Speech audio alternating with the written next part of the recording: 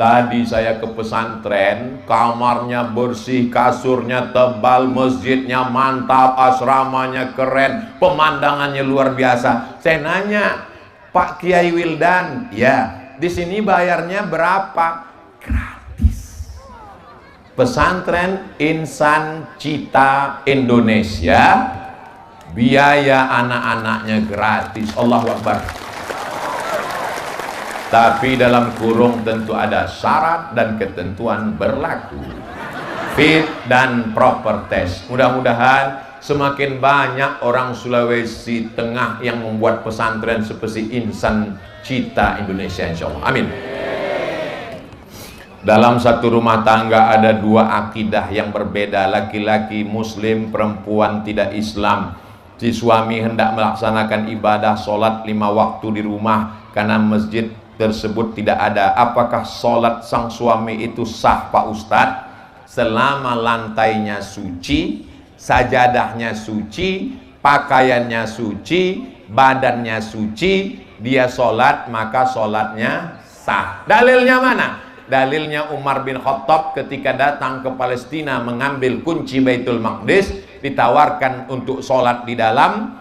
Umar bin Khattab minta di luar, bukan karena tidak sah, tapi dia tidak mau di dalam tempat itu nanti didirikan masjid. Akhirnya Umar bin Khattab sholat di depan, tempat sujud Umar bin Khattab dijadikan sebagai Masjid Umar bin Khattab, dan di depannya adalah tempat ibadah saudara kita. Masalah ibadah kita tidak urus. Wala ana abidum ma'abadtum wala antum abiduna ma'abud lakum dinukum. Jelas? Suci tempat, suci badan, suci pakaian. Kalau di dindingnya itu ada simbol-simbol agama lain, tutup supaya mata kita tidak terganggu. Bahkan di masjid kita sendiri pun, makanya nggak boleh ke masjid pakai baju yang ada tulisan-tulisan. Paling bagus bajunya polos seperti santri kita, bersih, nggak ada apa-apa. Saya kalau sampai ke masjid ada tulisan di belakang, orang di belakang Allahu Akbar, ada tulisan coblos nomor.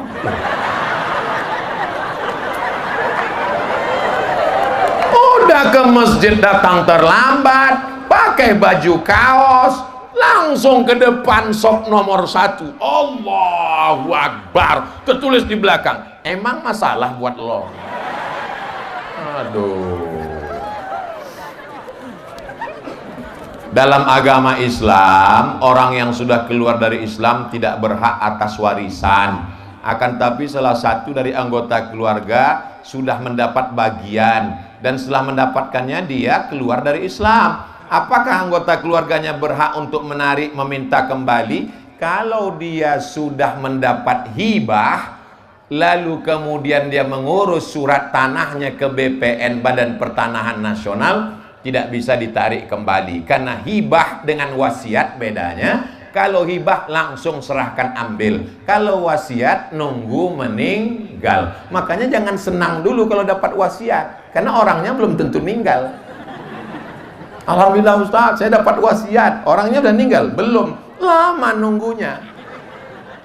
Tapi kalau dia wasiat, kuwasiatkan anakku dapat, maka setelah murtad tidak dapat. Yang menetap, yang menyebabkan tidak dapat harta warisan, pertama putus karena perceraian, yang kedua putus karena keluar Islam, yang ketiga karena membunuh seorang anak nunggu warisan bapaknya. Oh, lama kali kau mati, maka dia tak dapat warisan. Jelas? Ustaz Abdul Somad itu jelas. Kalau ada orang yang ngomong Abdul Somad itu nggak jelas, paket dia habis, ceramahnya putus-putus. 4, kita tahu narkoba itu kan barang haram. Narkoba itu haram apa enggak? Akan tetapi penyebaran narkoba di tengah masyarakat sangat maju. Hal ini dibuktikan dengan persentase penggunaan dan pengedaran sangat signifikan. Apa upaya yang kami lakukan untuk menghentikannya, sementara di sisi lain banyak penegak hukum melakukan tindak pidana tersebut? Bapak, ibu ngontrol anak-anaknya. Kullukum ra'in, setiap kamu Pak adalah pemimpin. Wa kullukum mas'ulun an ra'iyatih, kalian akan diminta tanggung jawab di hadapan Allah Subhanahu wa taala. Sebelum ke Mesir, saya kuliah di ibu kota provinsi dengan adik saya. Emak saya tiap bulan datang ngirim uang belanja. Kami nyewa rumah, kami ambil rumah kontrakan. Lalu kemudian pulang dari sekolah, kami lihat di lantai botol berserakan. Mak, kenapa mak pecahkan botol? Kusangka itu botol khamar, minuman keras. Itu botol parfum, mak. Mak saya bukan wanita biasa, dia luar biasa. Dia tidak hanya sekedar mengandung, melahirkan, mengandung lagi, melahirkan lagi ibu, tapi dia juga mendidik dan mengajarkan kami. Sampai botol parfum dipecahkannya, disangkanya kami minum khamar. Ibu siap menjaga anak ibu? 9 bulan 10 hari ibu kandung. Kalau cuma hanya sekedar menjadi pecandu narkoba, di Sigi mengandung masih 9 bulan 10 hari. Saya serius ya, astagfirullah. Setelah di rumah, Bapak RT, Bapak RW, Bapak Kadus, Bapak Kades, Bapak Lurah, Bapak Kapolsek, Bapak Kapolres, PNS, dosen, kalian bukan sekedar abdi negara, tapi kalian juga adalah muslim, amar ma'ruf nahi mungkar. Ustadz berceramah, hindari narkoba, innamal khamru khamar, wal maisir judi, wal ansab menyembelih binatang untuk berhala, wal azlam mengundi nasib, rijsun najis min amali syaitan fajtanibu. Usaha sudah optimal, kalau dia makai juga. Ustadz Somad tolong doakan saya Pak Ustadz. Doa apa bu? Anak saya kena narkoba, mohon maaf saya belum pernah ketemu doa Allahumma inni a'udzubika min narkoba. Tolonglah Pak Ustadz. Sebentar ya bu, saya doanya nggak hafal, saya mau lihat handphone dulu boleh? Boleh, tolong dicatat ya bu, tolong dicatat ya Pak, ini doa untuk narkoba. Sebentar ya, kok narkoba ini payah nyarinya ya. Nah, alhamdulillah sudah dapat. Nah nih, catat baik-baik di atasnya a'udzubillahi minasyaitonirrajim. Setelah itu bismillahirrahmanirrahim. Habis itu alhamdulillahirabbil alamin. Habis itu selawat Allahumma sholli ala sayyidina Muhammad. Habis itu 0813 11 44 2193. Sekali lagi ya. 0813 11 44 2193. Loh, kok doanya lain? Ini nomor BNN, Badan Narkotika Nasional. Jangan malu-malu, simpan aja. Nah, nanti insya Allah pegang telepon. Insya Allah beberapa orang yang malu-malu, rahasia, takut. Ketika kau malu, kau sedang menyimpan bom waktu yang siap meledak. Betul? Rupanya dia tidak malu, dia telepon. Akhirnya BNN datang nangkap. Pas ketemu, gimana anaknya bu? Alhamdulillah Pak Ustadz, sudah ditangkap.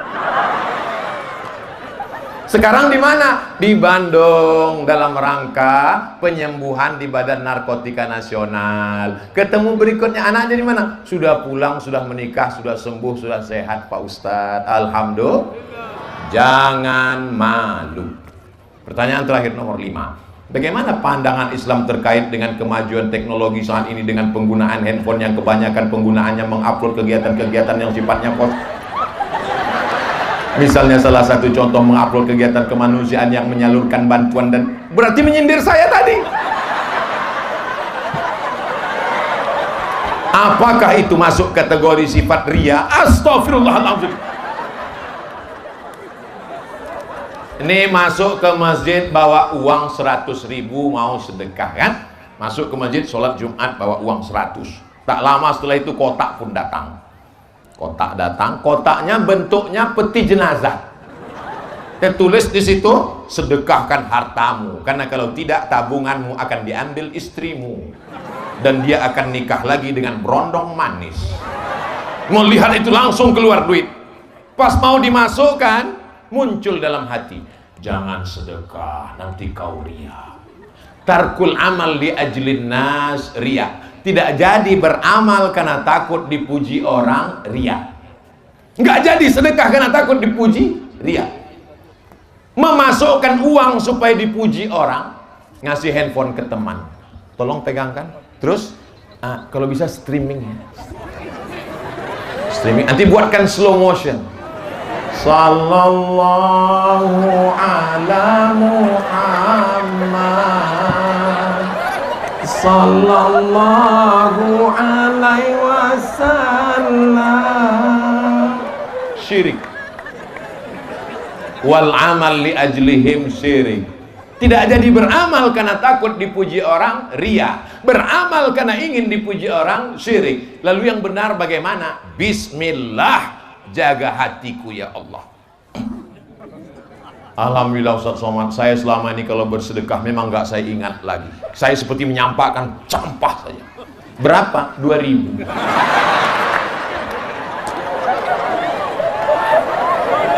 Mudah-mudahan Allah menjaga hati kita semua. Saya Pak Ustadz kemarin ke masjid dipuji orang, anak-anak gang itu mulai manggil, "Hai calon menantu mama." Jangan pedulikan, anjing menggonggong kafilah. Apa? Kau bilang aku anjing? Bismillahirrahmanirrahim. Allah la haula wala quwata illa billahil aliyil azim. Bagaimana hukumnya menanam sesuatu di dalam tanah yang di atasnya didirikan bangunan, misalnya rumah, ruko, dengan harapan, keyakinan bangunan itu kokoh. Di tempat saya, bahkan rumah saya, gedung kelas, masjid, memang sebelum bangun itu memang di dalam, di tanah itu ditanam supaya kokoh. Yang ditanam itu apa Pak Ustadz? Tiang pancang. Karena tanahnya tidak seperti di Palu, tanah batu. Tanah di tempat kami di Riau itu gambut. Jadi untuk membangun kelas 120 tiang pancang di dalam. Bukan itu maksud kami Pak Ustadz. Maksud kami bagaimana hukumnya menanam kepala kerbau. Dulu di negeri kami, di bumi Melayu, Riau, orang Melayu itu kalau mau buat rumah, di bawah itu ditanam kepala kambing. Jadi datanglah ulama.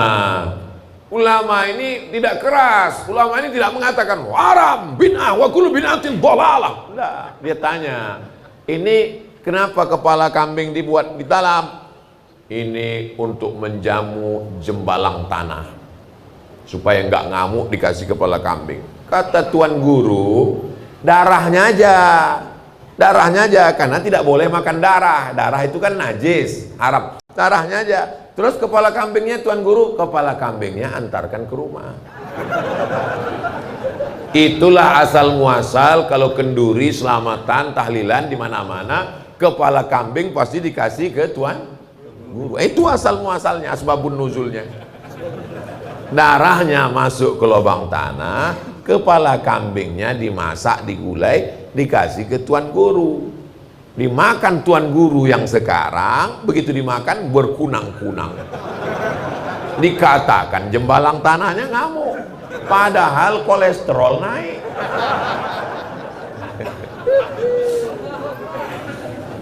Jadi ulama itu dulu dengan kesantunannya untuk menjauhkan dari kemusyrikan. Jadi menanamkan kepala kambing, kepala kerbau ke dalam tanah itu di mana-mana di kampung halaman kami. Tapi kemudian ulama dengan kesantunannya merubah, darahnya yang masuk ke dalam, lalu kepalanya tidak lagi.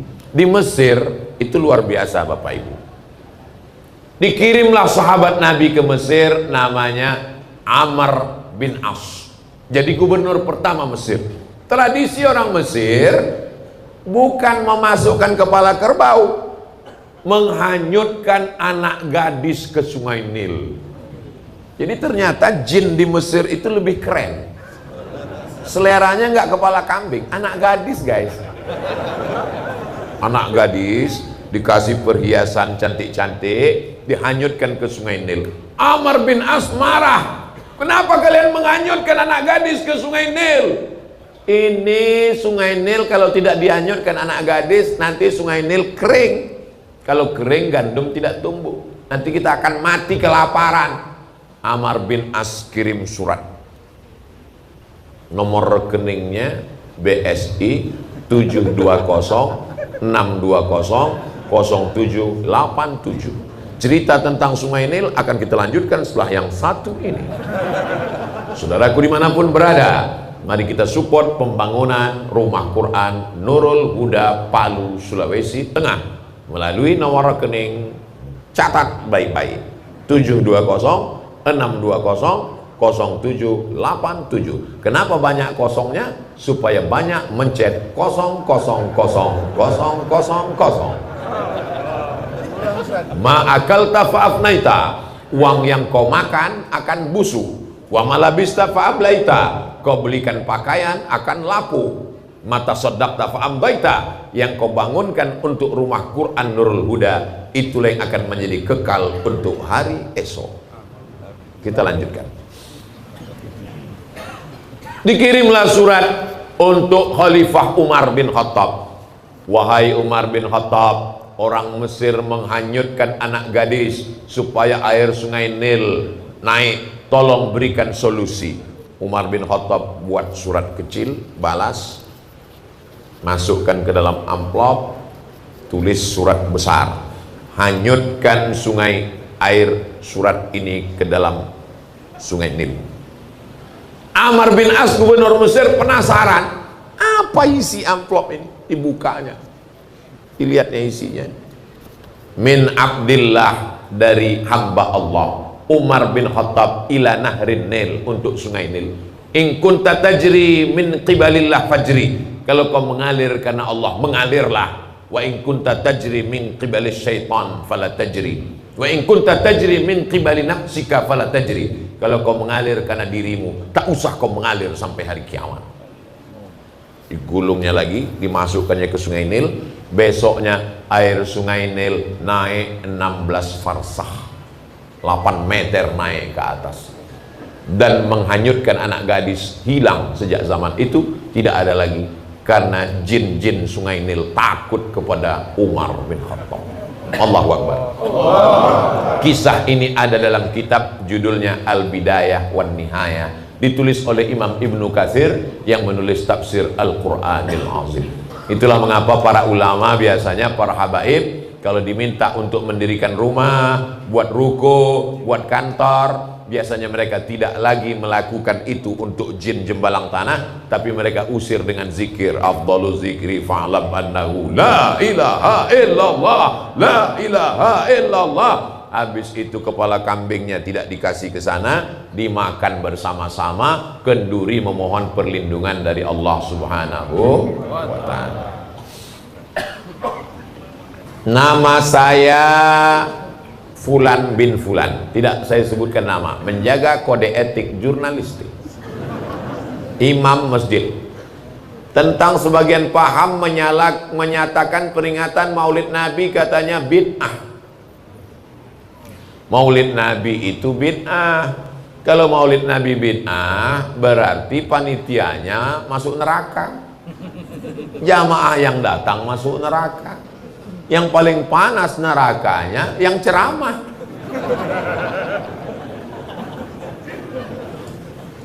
Maka dijawab oleh Imam Jalaluddin Abdurrahman As-Suyuti, nama kitabnya Al-Hawi lil Fatawi.